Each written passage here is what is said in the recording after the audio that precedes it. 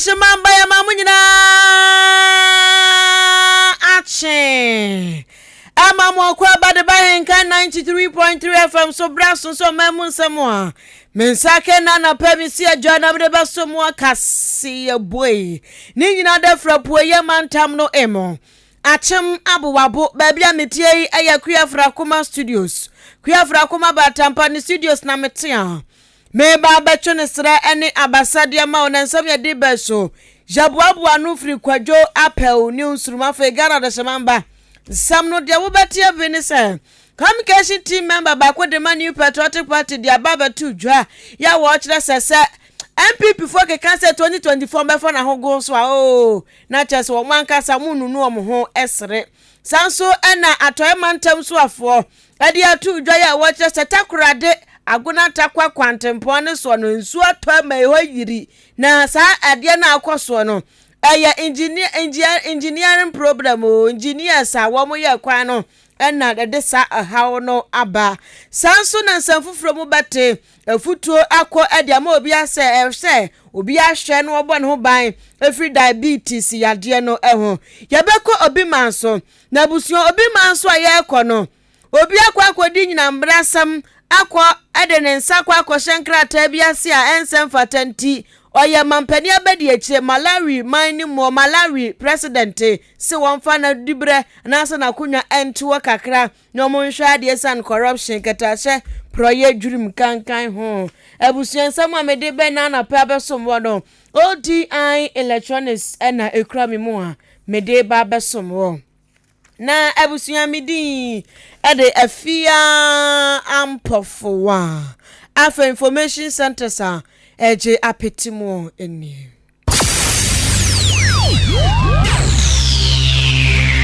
Ahenkan 93.3 FM Akan Kaseibo yobomua ya jibebia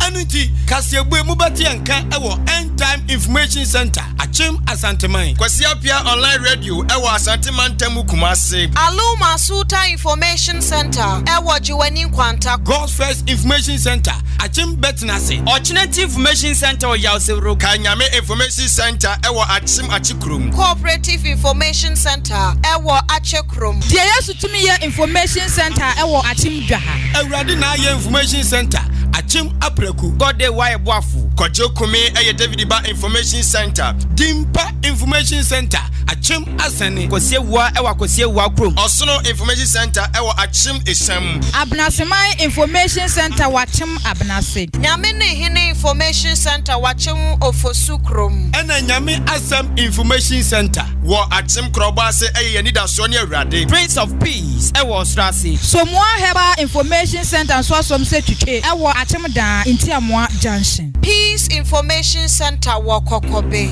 eno sewa information center ewa achim anyina se ko sam information center wachim achiase keka no krobo eye adom information center Peace info biz watakrase tokuya ebutu achim odumase adwempa information center ojinanko jama north chidom information center ewo achim adubiase bono mantemu abapa information center goka sumnyame information center eye chirimenken nyankoma ase eye nanapia information center da kingdom come a police level asioko jama no bono mantemu eye tuapa information center Achiase hine information center wachim achiase edintro machim kwakobe na dom achim ofra mempasa machim asene Pisco ejina eye enyinam kotoku hono mo wo Pisco no ena repent e wachim otopa royal achim teshima mejefoti ase achim labi krom omega odan SDA Ajapaya junction mighty achim besiase obig kwabwadi number 2 Kataba information center Chianse junction adweni ba kufoti mu asane bangalo oman e wachim ayirebi ejase ewo achim apolia fe Ghana de shemamba nana pe Kaseibo no yademo vimutesemu Nansay dia wobati wa Ghana hanumo ane breaking the 8 ugnya wura any pipi amanyo kodi mo breaking the 8 dia eye asamu a aba obi aka asamfe ya wo mu die enunti we se me precha ma me pre hwan mu to mamia me babua ema ya breaking 8 no 8 na mu be breaking nyina ne se 2024 about 2 MPP for person mo hwe na womadi wotwe ya wie womubu wotwe no so mo bawura mu odunsia any DC for so yere wom ho aso mo so madi 8 dadati wom so breaki na nya asam ketwa gan ha say ti breaking the 18 de wo hwe nkofo a wom ka o mano pa NPP amanyoko no na breaking the 8 seminar communication team member bako ya waka NPP amanyoko no kwabena mafo ediga tu dwa ya wo chesehwe obi biara obeka se 2024 about one baye ahogo so dia ma MPP for da nipa kro no mpe no kreka nipa kro no ye kontompo dabraba no wakeka wo se eyebosirem ka se ebi mu no mo ho ano mo se twetwetwe kwa ya no so ya ne sere se 2024 waso wo chepe tatakremu abayire se benta enti wo mo amokeka na wo yankra enkwada susa akwada susa waso wo de hye enu nti wo ka chom so monya adwumade ye betimi aboa ma wo mano no de wo ka mano no ebetimi aye adwuma na wo to le ka se so no wa chese se breaking the 80 wo twe no betimi abum se gen disimu gen na chese wo se munya mpanifo a wo betimi adi party nanim na nya mpanifo keke nya panini de owanyansa ya otimi dwene ma adwene no so boa eye wo mu nyina enu nti so de betimi leaders no betimi adwene aboa ema party fo ni nyina ho atọ wo mo so atimi apamu akade na nado dankwa akufo ado eye de a enya na woye wo to ne kasa so bia mu oba mane echrem se NPP amanyoko ankantimu a 2024 won bari se poto enu nti no ewoso wo mu jiro mo ntoma mu den na wo mu jiro mo na kokom esansa de aba no oyeduru papa ento on person be brede a eni omunya de se efata se ne be ya Ghana fo ho beto wo mo na wo to de kasa so bia no oba mane echrem se NPP for opposition asunu kokroko dane nani ekire enwura musu wo ko na ntekra gigim MPP for bi hu kire be kire wo mo Ghana ha se ni titru ene wo ya mo position ti wo mo de ya mo position wo mo nya kokwasa na se MPP lose 2024 wo beje wo mo ho jena who to be our leaders in the national front no I was say a focus yes benya leaders are they will have the wherewithal, they will have the capacity, they will be able to stand the test of time. So metimi akodi NPP koni nyinenim na 2024 election yetimi akope nkunimdi ababe me kan okara chiro say yeda so eka say 2024 election just easy. Now we are going to break the 8, then we are kidding ourselves. I was said dan okwa pefe say it wouldn't be easy. Intinu yenya impenifu a ombetimi di enim na break the 8 yinya ye kanu sebi ebebem because say intimi break 8 na some of us we are going to suffer. Wey kasamafo ba ko agya NPP amanyoko no waka waja mukasa de ma party no kwabna manfo na ante ne keru to aso bia ma wo chese afi wo ba government appointees ahodro so wo ma ya bom din so mo beye CEOs ebi abubo bom din so mo mbra embeye kanisa ministers ya won mu aye adwuma no acha sitiri wo mu gusu ye minister of finance, minister of education, minister of roads and highways wo mu droso etisafo ni nyina kekom ho hio sanapa koko na wo mu mbom ho so nya adwumaden na nado kwa kufa do nioma waya no wanka na se wo manka na Ghana fo ante na so manya adwuma ma fo madwene omnim diambo na nado dan kwa kufa do na samamwei anko na nim na anko ye na de ye hu ansesa na 2024 ba no mbom sirem kase ya bewi ni a omoboa nya de a wini ne betimi abaso nti wo mnyram ho na sa wo mo no mo de omsa begu omti asu atwa gadwo intino sanya yera ko for time ribi no it is better for you to be a messenger about party what power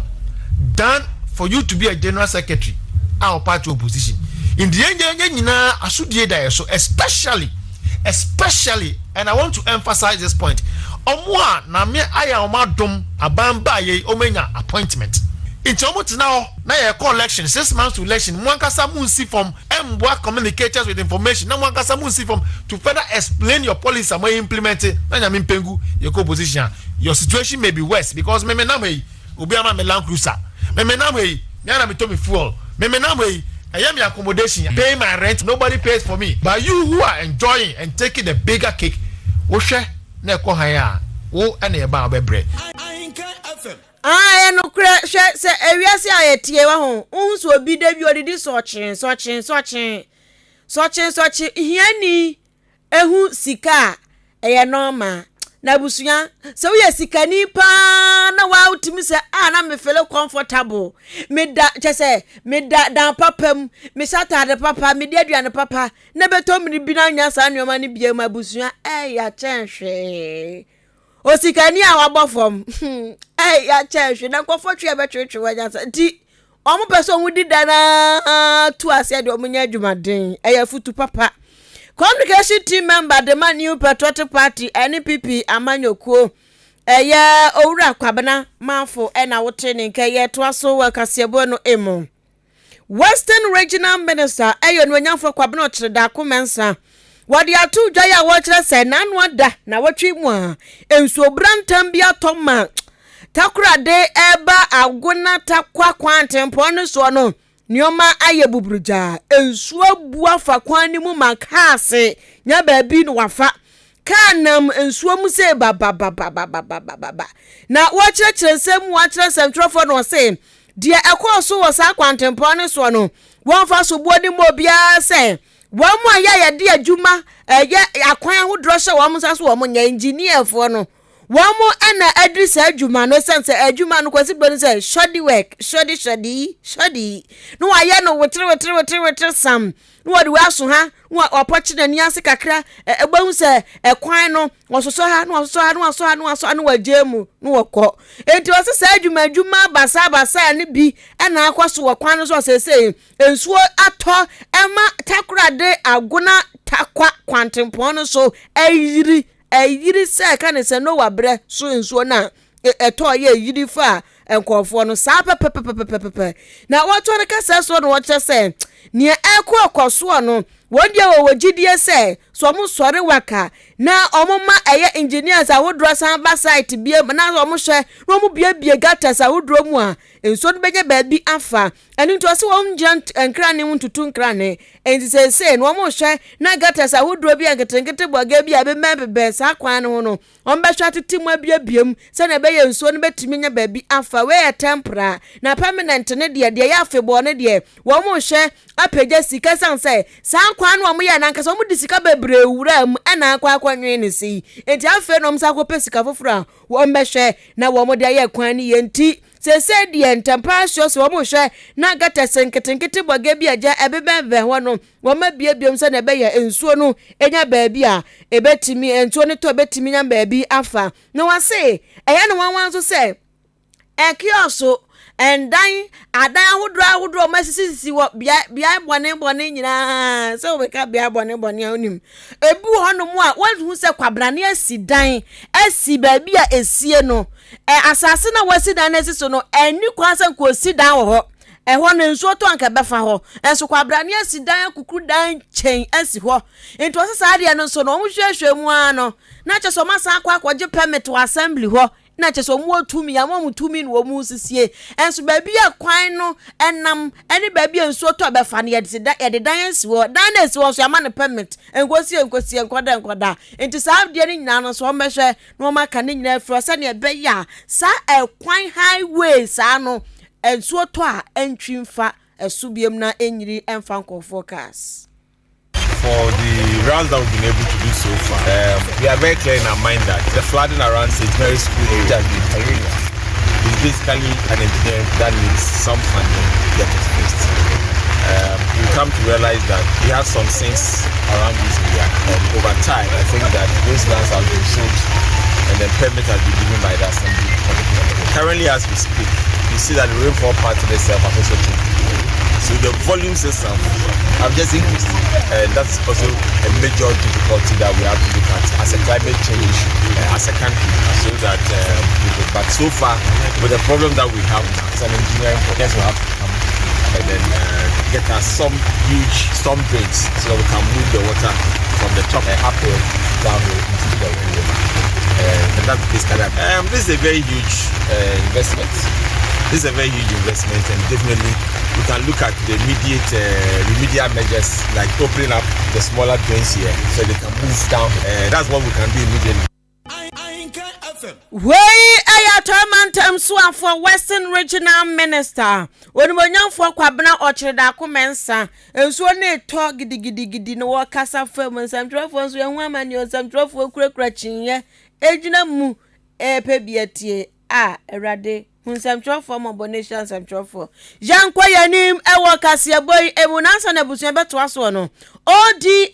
Electronics yaton TV fridge, deep freezers, gas cookers, blenders, kettles, washing machines. And 2% fear ya daya kono eye succulent da urampoa eye ODI Electronics American for the amawo. Ya na e was so ma fie ya hye.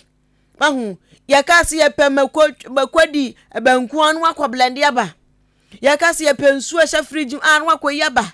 Ice cream no akwa ba chile akele no akwa ba chese bibia so enioma ash ni asia wie washing machine chese empa no ne pese ye de breakfast can say tea ni empampa timpampa ene bread nkosua hyem be once wa ko toasty ni kama no de aba tite wiase de ebusua wiase ado kwofo kana ya office ombo wiase de se wo home appliance papa gufie wiase de chen asanwa unuma asanwa wiase de chen asanwa enu nti ya panuoma we bi begu dem kogu fie na wiase de na ekokoso no nso feel se na esitie na wiase de papa ODI Electronics ama wiase ayede enu nti nyoma mi bobo so nyina ba wani ka se ya fia na wo se ma kika TV betimi ato betimi ato ubetimi ato ga unkantimi to aka mmetena ha o kabe nka o ubetimi ato sanse ne bo no F pa fridge F den F bibi F esanso ye quality papa eche na obehwa brand na wankase wani ebeje ho hware ye begu fia ya twini nyinada adepa na ton ho o kasa tenten so topongo ponko entimi nto pa ma menkasa nkosi ahomache kasa ni ntimi kotopo nko mame enu nti kakra ya make ya ketewese ya make ya frɛ 0550 900 600 0550 900 ana 0546 557 175 0546 557 175 na oni bibi se wo company we bia store wo suku wo sorry den na wo bibibia bo hu dawuro bia wo pepa so obebo wadeto de hu dawuro fabra Ahenkan 93.3 FM na ye bo hu dawuro ma ye bo hu dawuro no wia wo so to no ba bia wo biara wo be hu se nipa atuagu so to ade esanse ya to yaboase o ya to yaboase ni ya kirechirem namba no so ye yi no mako enti obi ate wonka na wo mudi so eba enti Ahenkan FM nyane market kan say marketing manager betwetwe nkomo ana de afre no phone so kra na mundi nkomo o mu be show ho no ma your package kama be suit wo anywhere dwuma no pepe de amount wa hu ti 0244 290-093 0244-290-093 Ghana de shemamba nana peye to Kaseibo no eso assistant physician ya wo Buaman Health Center ya no ewo afieja kan say Kwabre North ya eno ewa Sante Mantam no emo afija Kwabre North ewa Sante Mantamo na owura Dr. Daniel Opoku Boateng wadi atu dwa ya wo kire se afija Kwabre North ho say no dia diabetes ko so pa na nti wo boma chega na fo nyina se diabetes ya de bone a edokro wa wankasa baje ho gina enu nti ka wo bompa ya kra ka fa kampa ya ho se rade ehu diabetes fo nyina mobo wo manya diabetes ya de se che ya de ehu etwa na nanom wonse do tententente wetimi akosesi enu nti oso obi anfa nkan mpa ye ho na obi anhwe ekwan ahodro betimi ahwe abo ne ho ban afri sa ya de ehu o kire mu kwan ahodro anipa nya diabetes ene enso ano ye die bi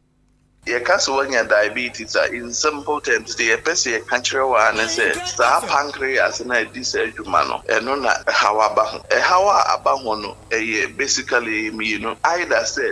no ayemre enti me produce sa insulin ne kese ana say enti me produce kra. That is the first part. The second part then say bi o no me produce ba woni pedua no enye sensitive at say the emfa na say bia oti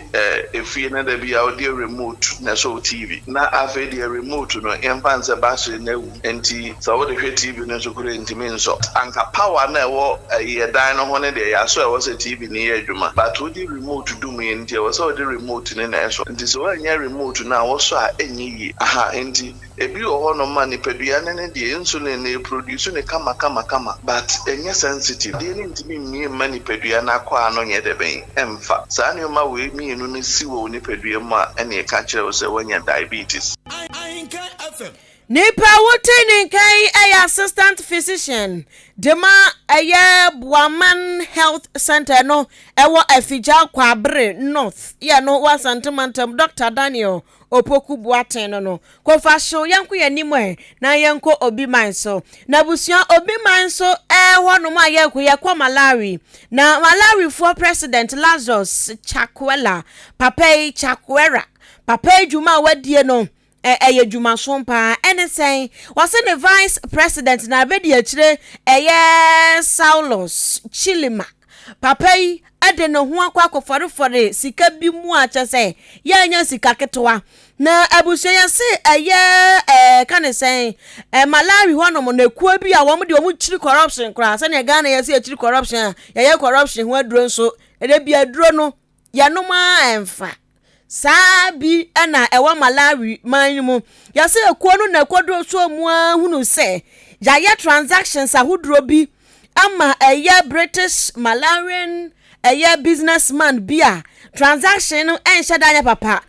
wonu mu akwa ye nkrata asem bia fa sika hu bia kosensan contract bia contract no emukusu emutum champalentin bag enunti Anti-Corruption Bureau ya wo Malawi manimu na kwatabiri asem de baye nti om kwatabiri de baye na Malawi for president do so muhwehwehwemu ano na wo ya hunu se vice president ono ana bedi akira na anu ada wo mo kwapritu mi ya se vice president igina wo se montoma yan ya baba ku keta shepro ya dwurum kankan ho afri Malawi mam na nso papa hu bo mu bie na wo se Malawi manimu no wo mo mamra ni mu ya tro wo say untimi empamo vice president sa se wonko enunti Malawi for president Lazarus Chakwera edi atu dwa ya wo chese say no on papa no dwumadi ahodro bi a wodie ni nyina watwe asensen nya do be mana kwa contract ahodro bi aho sikasam ene no keka ho nyina da say wo so wonjae na won trans no won hwe petetakramu hwe de obetimi ayesan say amamra no aka bibi afa vice president ho a wontimi nsi gina ye say wo so wono de obehwe na corruption every Malawi man mu nti se ne bampo na corruption no ni hubo obu a obehwe na wape bibi aye no se ne be ya Malawi fo nso omoto abade ma wo mo no ombenya omumu gidie ne asisika no $150 million nyansam ketwa ya we no ya se contract bi hu nsenka ye afanko for sianse vice president hu bom ti kokopie mu ewa Malawi man ni mu a dia ekoso no abusua ha ene de anapa no nsia Akan Kaseibo no ebesie kwabana Akim producer o producer me ene anapa Kwame Asante ede ye kwa be fonten tan kese no so mi a meje breaking kind ma wo mi din afia ampofoa Kaseibo na si misi ha echia wo pe